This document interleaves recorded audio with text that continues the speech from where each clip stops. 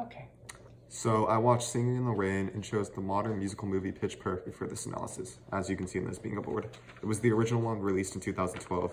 And as you can see in this bingo board, I did not win bingo, but I did find many scenes in Pitch Perfect that had several of the musical hallmarks in them.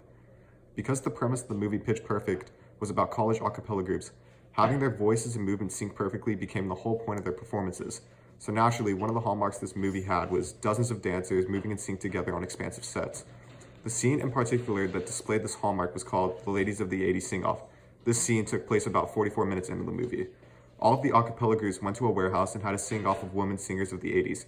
Each group had movements and played off of the former song to create the next one. Their voices were in sync and their movements were skillfully choreographed to the songs. If you couldn't think of a song to spin off of the previous one, you were disqualified. The other hallmark that I saw in this movie a number of times in the choreography was isolated movements, which was simply moving just a hand or just a shoulder.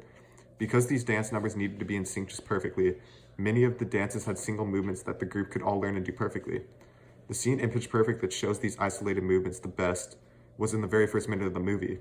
The boy a cappella group, called the Treblemakers, opened the show with a number that had all hand movements, clapping in sync to Please Don't Stop the Music.